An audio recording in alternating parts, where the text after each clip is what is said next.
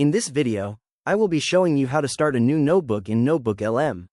Let's get started. I begin on the main dashboard, where I can see various featured notebooks and my own recent projects. I navigate to the top right corner of the screen and click the Create New button to open up a fresh workspace. Once the notebook is created, a menu pops up giving me several options for adding sources, including web searches, Google Drive files, or direct text input. I click the Upload Files button to select a document from my local storage.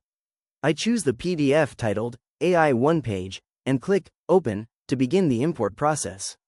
On the left side under the Sources tab, I can see the file loading and being analyzed by the system.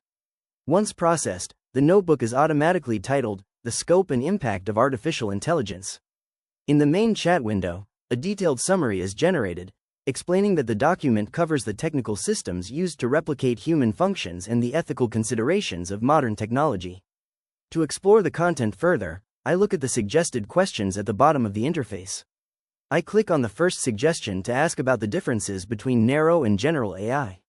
The AI response explains that narrow AI is designed for specific, targeted tasks like language translation, while general AI is a theoretical concept for performing any human intellectual task. If you found this walkthrough helpful, please consider liking the video and subscribing for more quick tips and tutorials.